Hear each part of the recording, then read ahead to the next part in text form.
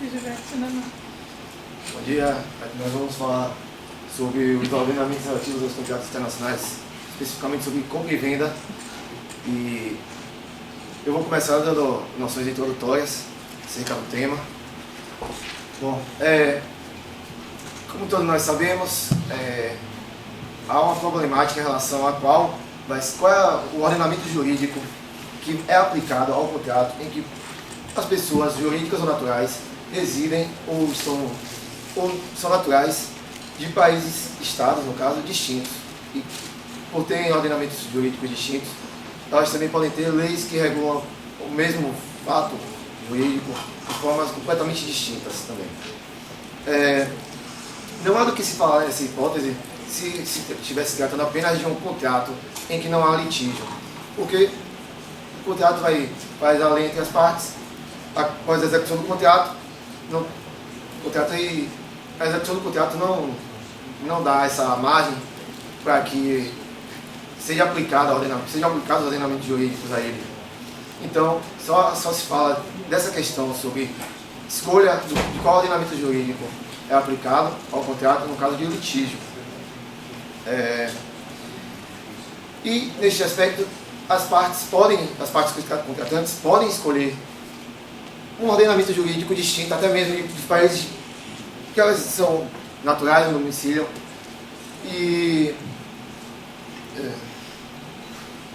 nessa indicação delas, nessa escolha delas sobre o foro competente, pode ser completamente livre, restando apenas que se baseie no bom senso. Por exemplo, não há porquê um brasileiro que contrate com um americano escolha um país africano para seu foro competente. Não há um bom senso nesse caso, não há uma praticidade para as partes.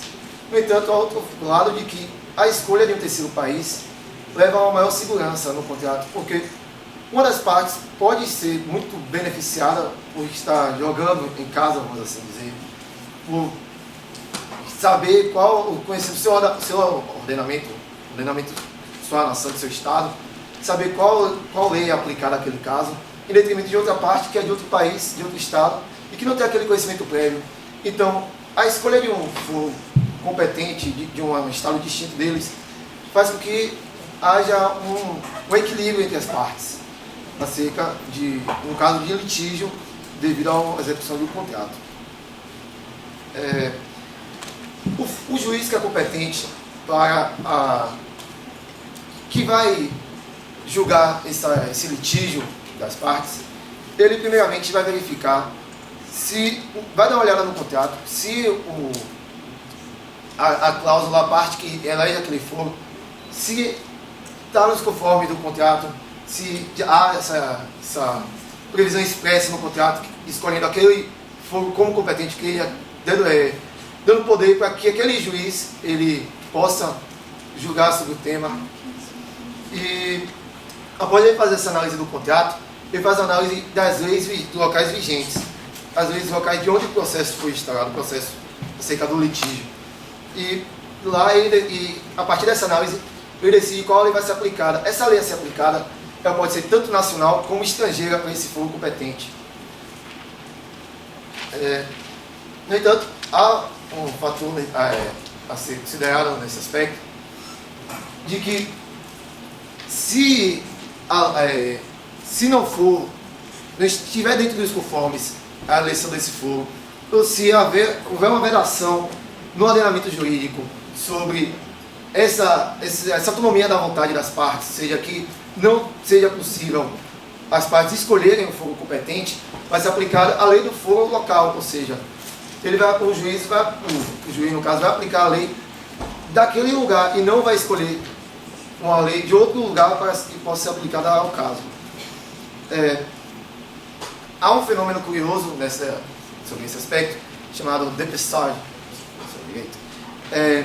que trata de parcelas do contrato.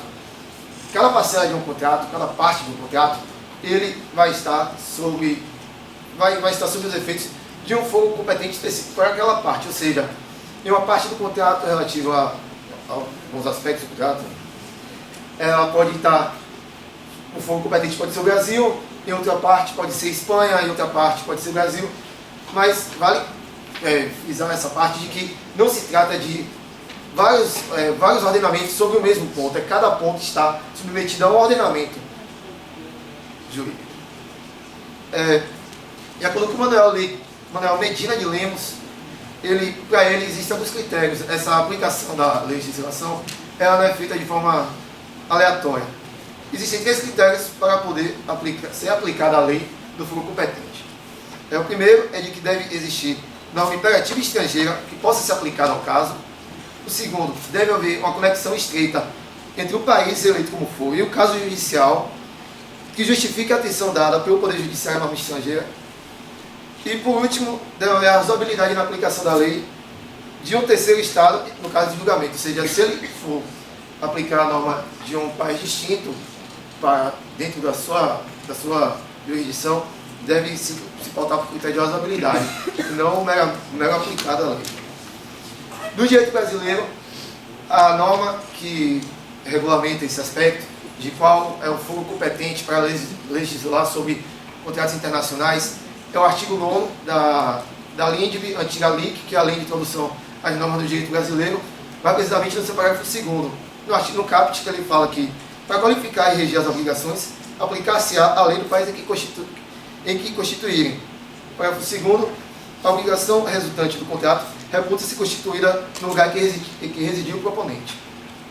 Ou seja, o Brasil, sendo o foro eleito, vai ser o foro competente eleito para julgar esse litígio, a lei a ser aplicada em definitivo vai ser o juiz brasileiro vai pegar a lei do país do proponente e vai aplicar no Brasil para aquele contrato específico, para aquele litígio específico. Outro ponto que merece atenção é relativo à autonomia das partes, ou seja, até onde o ordenamento jurídico dá a possibilidade das partes debater e escolherem esse foro, e as formas que os vários ordenamentos, vários tipos de ordenamento mundiais, eles se portam em relação ao tema. Há basicamente duas correntes, uma europeia continental, principalmente francesa, e outra anglo-saxônica. A continental europeia, ela tenta dar plenos poderes a essa autonomia da vontade. Ela tenta impor mínimos empecilhos quando as partes, os contratantes, elegem um foro de competência, de que eles podem escolher livremente o foro para o qual vai ser julgado o litígio. E a americana, ela trata de outra forma, ela impõe maiores limites acerca deste tema. Ela utiliza métodos de conexão, ou seja, além do método de conexão, ele usa o próprio interesse do Estado, o Estado membro da Federação Americana, no caso, ou o Estado, a nação americana, o país dos Estados Unidos, ou o Estado inglês. Ele usa a questão de, pode ser utilizada a autonomia das vontades, mas ela atacando de alguma forma o interesse do Estado, o Estado ele afasta essa autonomia e ele decide qual é o foro competente a partir de critérios de conexão, ou seja, de pontos que o contrato tem em comum com um determinado Estado, ou a sua execução, o domicílio das partes, o local onde foi celebrado o contrato, no caso. Não também se deixar pontual, o Mercosul, que ele não há uma uniformidade acerca do tema. As nações sul-americanas, integrantes do Mercosul, elas utilizam seus ordenamentos internos e não o ordenamento geral do Mercosul. Então, a Argentina, Brasil, Venezuela, Paraguai, Uruguai, eles utilizam sua lei local e não uma lei comum. Apesar desse problema, o Protocolo de Buenos Aires foi promulgado pelo Brasil no decreto 2095 de 96. Ele diminui um pouco dessas diferenças, dessas disparidades, ao tratar de eleição do foro nos contratos realizados de pessoas físicas e jurídicas com domicílio ou sede nestes países. terceiro ponto a tocar de forma introdutória é acerca da lex mercatória, que de origem na Baixa Idade Média, ela se baseia nos costumes dos comerciantes. Ela não é uma lei, apesar de que antigamente ela era aplicada como lei para julgar casos entre comerciantes, independente de sua nacionalidade. Ela hoje em dia ela já não tem mais esse caráter de lei. Ela tem apenas o caráter de... pode ser aplicada a um contrato. E no caso, ela não tem sérios problemas de ser aplicada como lei, porque um costume mercantil, ela estaria fazendo uma afronta ao ordenamento jurídico dos estados que legislariam sobre o tema.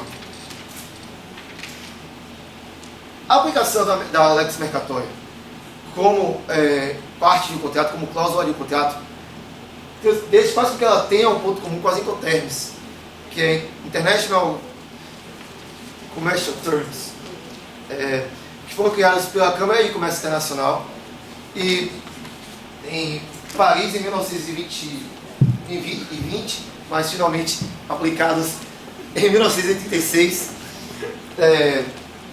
que trata de uniformização no contrato. São cláusulas específicas, são várias siglas, cada uma com sua denominação, que são utilizadas como cláusulas no contrato, e que essa cláusula ela dá maiores obrigações ou ao comprador ou ao devedor. Em uma cláusula, em uma sigla, em um termo desse, o comprador ele fica responsável pelo transporte, em outro é o vendedor que é responsável pelo transporte e é obrigado também a pagar seguro. E isso também acaba afetando o próprio valor da mercadoria, porque a partir do momento que o vendedor ele tem maiores obrigações, ele vai repassar esse valor dessas obrigações de seguro, de transporte, na mercadoria, para ficar a cargo do comprador. As Incoterms, elas, apesar de terem sido criadas em 1936, elas passaram por sucessivas atualizações. A principal delas foi a de 1990, que deu um caráter informático a esses termos comerciais.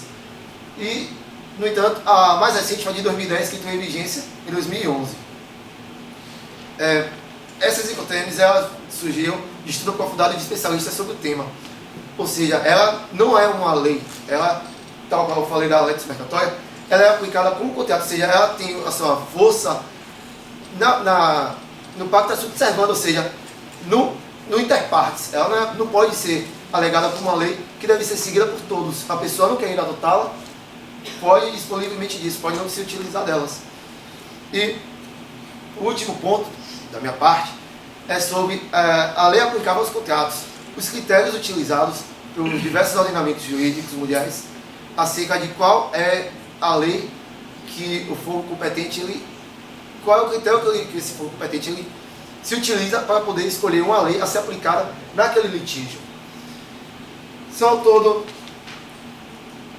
8 critérios, como a lei do lugar da execução, que onde for executada o contrato é a lei que no litígio o juiz competente vai se utilizar para aplicar para resolver o litígio.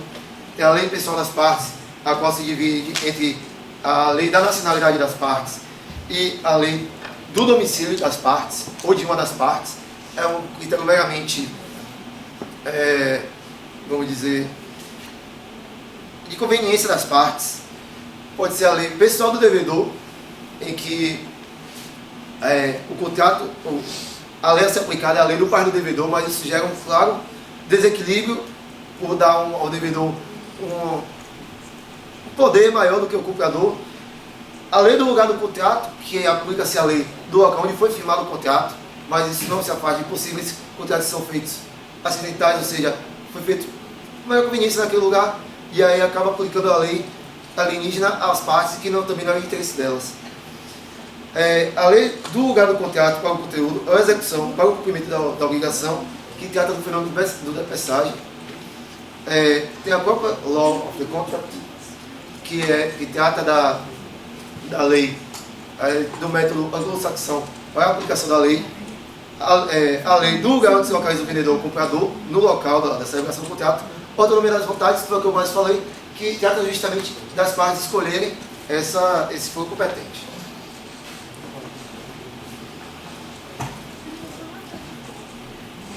Pessoal, bom dia. Meu nome é Camilo. Vou tentar ser o breve possível por causa da questão de tempo. Vou falar sobre as convenções internacionais. A priori, o papel da globalização na influência das convenções. A globalização influencia os países além das suas fronteiras. Ou seja, os países querem realizar determinados contratos com outros países, há um determinado ordenamento e acaba fazendo com que isso impere. Todo país ele tem o seu ordenamento privado, que é chamado de regras substanciais, e as regras conflituais são as regras que se abalroam em relação a um país em detrimento do outro. Bom, o Instituto para a Unificação do Direito Privado, chamado UNIDROIT, ele teve origem através das Ligas das Nações no ano de 1926. Eles conceituam-se como uma organização intergovernamental,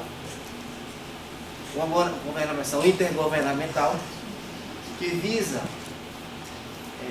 uniformizar as leis civilistas de cada país na sua aplicação. Bom, através dos estudos do UNIDROIT, chegou-se à Convenção de Haia e a Segunda Guerra Mundial teve um papel importante para que os países da sua corrida armamentista, depois ao fim da guerra, viesse a necessidade de adquirir produtos dos Estados do outro.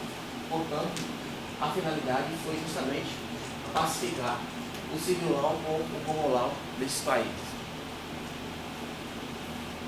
Bom,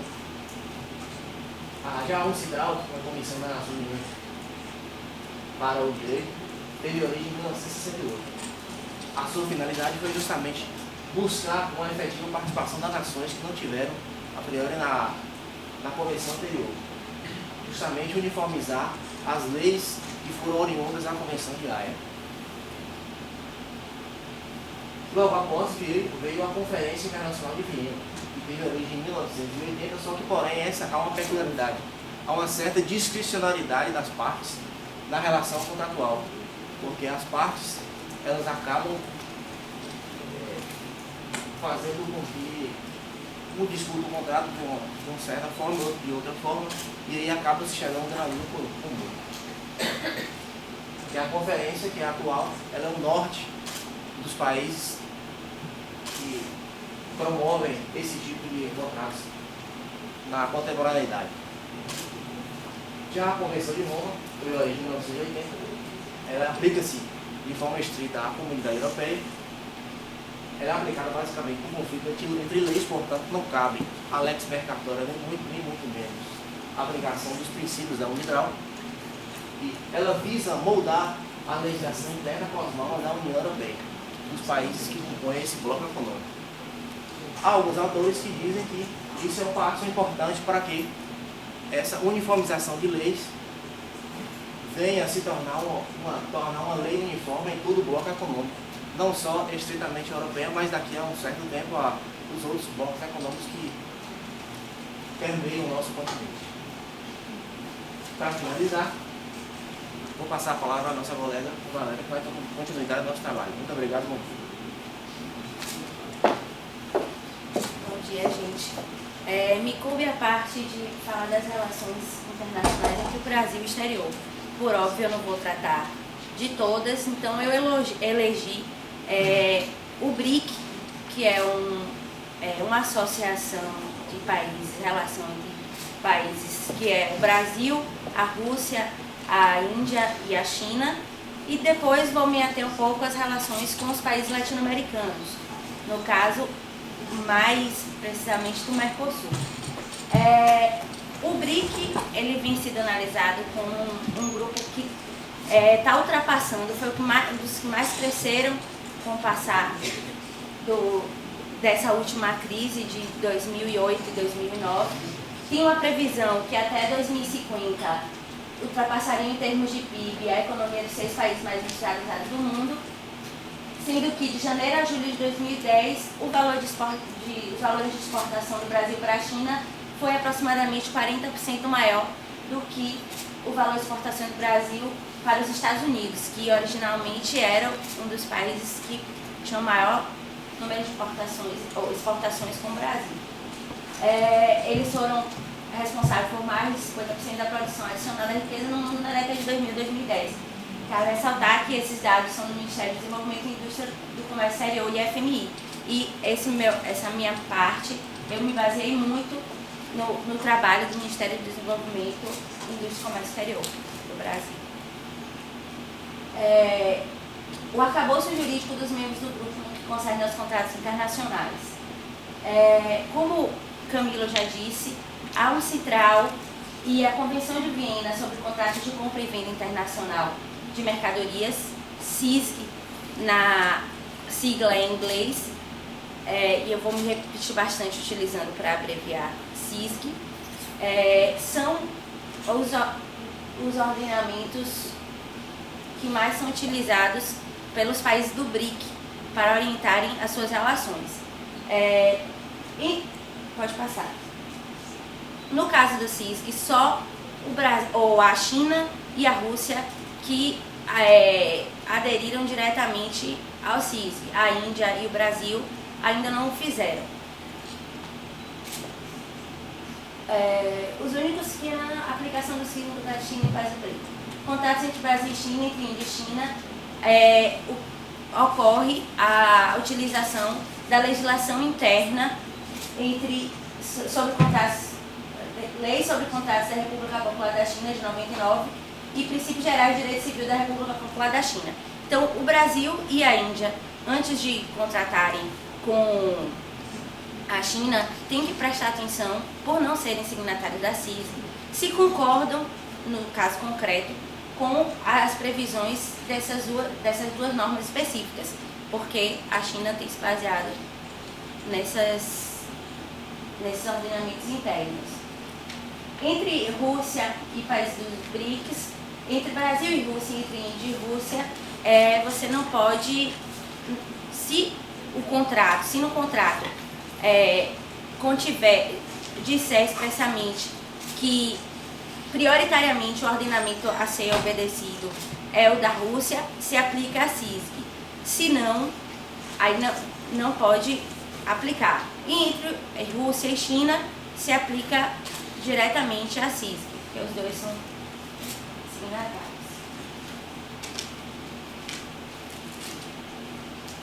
No Brasil, a única forma que possibilita a utilização da CISG é quando é utilizada a arbitragem. Pode passar esse aqui.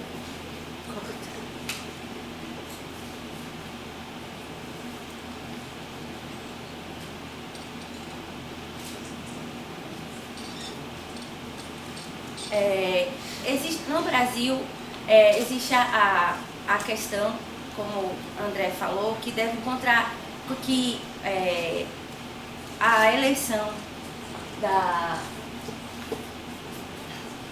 cláusula de foro para discussões de acordo com a última proposta enviada.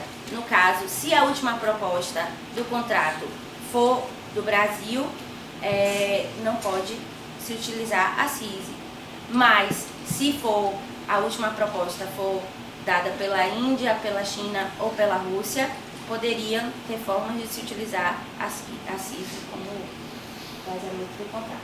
Bem, agora passando a parte da América Latina e a integração regional, eu vou me ater a não ler, só vou falar que existe a Unasul, a CALC e a CELAC, sendo que dentro da CELAC existe o Grupo do Rio e que a tendência é se unificar o Grupo do Rio, se utilizar desses parceiros de diálogo com o Grupo do Rio e serem utilizados na CELAC. Então, a tendência é mais ou menos que a extinção do Grupo do Rio, que é, na verdade, um grupo de diálogos políticos. Bem, agora o Mercosul. tem como os integrantes a Argentina, o Brasil,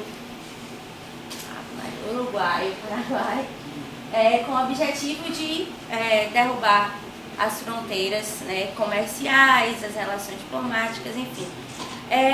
Pode-se observar que realmente não houve uma unificação, né, até já pontuou, quanto à legislação a ser utilizada no comércio internacional entre os países do Mercosul, o que é um absurdo, porque na própria Europa, que não tem cultura, não teve a colonização similar, essas coisas, língua e tal, eles têm uma convergência maior em relação à legislação utilizada nos contratos internacionais, enquanto nos países do Mercosul, tendo todas as semelhanças e similitudes, não se utiliza um padrão para as legislações dos contratos internacionais. Então, existem muitos conflitos de lei, tem gerado alguma insegurança jurídica, inclusive, e o Brasil, cabe ressaltar que a Argentina e o Uruguai e o Paraguai não se utilizam do princípio da eleição do lugar, do foro, não, eleição da lei para a utilização dos contratos, sendo que na Argentina, por mais que a lei interna ela não preveja essa eleição de lei de outros países para reger seus contratos, a jurisprudência ela tem admitido prioritariamente essa eleição. Enfim, eu vou passar para a Vitória, porque vai entrar com a jurisprudência, então provavelmente vai aclarar mais ainda o que eu falo. Bom dia, gente. Como a Valéria já falou, meu nome é Vitória. Vou pedir 5 minutinhos a marcos de tolerância. Vou falar um pouquinho para vocês sobre a jurisprudência. Não vou me ater muito ao conteúdo. Meus colegas que falaram antes de mim trataram da lei aplicável, trataram do princípio da autonomia da vontade, da cláusula de eleição de foro. E eu vou exemplificar isso para vocês, se puder aclarar, isso para a gente entender melhor como é que isso é aplicado no Brasil, como é o entendimento dos nossos tribunais. Vou pedir para você botar no slide dos... Pode passar, né? Aí. Essa primeira jurisprudência trata de uma dívida de jogo. Como vocês sabem, no Brasil não são executáveis as dívidas de jogo, nem os empréstimos realizados para adimplemento de dívidas de jogo. Só que essa dívida foi assumida no exterior, nos Estados Unidos, e o devedor entrou com embargos para questionar, né, que a lei de aplicação do país, questionando que deveria ser aplicado a lei brasileira. Mas, se eu não me engano, foi o Tribunal de Justiça de Minas, entendeu que não, que deveria realmente ser aplicado o local da execução do contrato, ou o local da constituição do contrato, em consonância ao artigo 9º da LIC, e que deveria sim ser executada a dívida de jogo dele. Pode passar. A segunda emenda é sobre um caso de... Só um minuto. É sobre os limites à aplicação à lei estrangeira, porque, como vocês sabem, é possível sim, com o progresso das relações de comércio exterior, o Brasil tem dado mais elasticidade à aplicação da lei estrangeira aqui no Brasil, aqui no nosso país. Só que existem alguns limites. Os limites atendem geralmente à ordem pública e às normas imperativas internas. Algumas dessas normas é a citação válida, a citação formal. E essa questão aqui, essa primeira emenda do Tribunal de Justiça foi publicada em 2009 e foi um contrato relativo ao contrato internacional firmado entre uma empresa francesa e um agricultor brasileiro por fornecimento de algodão. O contrato foi inadimplido por ele, dizendo que foi desobedecido no artigo 38 e 39 da lei de arbitragem, informando que ele não foi citado formalmente. E foi um entendimento muito interessante do nosso STJ, que disse que, embora ele não tenha havido quarta rogatória e não tenha havido a citação formal, ele foi informado, ele foi cientificado do início do procedimento de arbitragem por outros meios de comunicação, valendo-se, portanto, serviços de courrier, de fax, de correio eletrônico, como prova de cientificação da parte aqui no Brasil sobre o início desse processo arbitral. Então, A sentença arbitral foi sim homologada, porque ele não se desincumbiu do ônus de comprovar a não notificação, certo? Essa apelação civil foi no Tribunal de Justiça do Rio Grande do Sul, muito interessante também. A Mitsubishi, a relatora foi a Helena Calmon, foi um acordo muito interessante. A Mitsubishi foi a requerente, o requerido foi a Evadim Indústrias da Amazônia. Foi um contrato firmado, celebrado no Japão, entre empresa brasileira e japonesa, e foi eleito o foro a dirimir as futuras questões que venham a surgir no Japão. Só que esse contrato foi assinado antes da lei de 96, a lei de arbitragem. Eu ia tratar, mas não vai dar tempo. É a lei 9.307 de 96, que foi a lei que deu efetiva a funcionalidade da cláusula arbitral no Brasil. E por meio dessa sentença, dessa acordo da ministra Helena Calmon, a sentença arbitral também foi homologada. A sentença arbitral também foi, eu estou ficando nervosa, mas a sentença arbitral também foi homologada porque ela considerou que, embora assinado antes de 96, o contrato estava vigendo e havia a inserção expressa da cláusula arbitral. Em relação, eu vou falar só mais uma, tá? Tem mais de 3, mas eu vou falar só mais uma, que foi referente a que, nos casos em que a competência é exclusiva ou concorrente do Brasil, seguindo o que diz o artigo 88 do CPC, o Brasil pode sim, ele tem competência internacional para tratar de contratos celebrados fora do país. Só que o que é que o Tribunal de Justiça do Rio Grande do Sul diz? Que eu vou ler esse trechinho para terminar. Que devendo ser cumprido no Brasil a obrigação contratual, ou seja, no caso da obrigação ter que ser cumprida no Brasil, é competente sim a Justiça Brasileira, a Autoridade Judiciária Brasileira, para examinar a eventual demanda nos moldes do artigo 88 do CPC, que fala de competência, e nos moldes do artigo 12 da LIC. Só que essa é a competência, mas a admissão da competência da Justiça Brasileira significa apenas que o caso há de ser examinado, ainda que seja para reconhecer o limite à jurisdição brasileira, frente à cláusula arbitral. Afinal, a nossa legislação colocou uma limitação à nossa própria competência quando existe a expressa verificação da cláusula arbitral do contrato. Eu espero que tenha ficado mais ou menos explicado para vocês, que vocês tenham entendido o nosso tema, que são ordenamentos referentes aos contratos internacionais de comércio. Obrigada.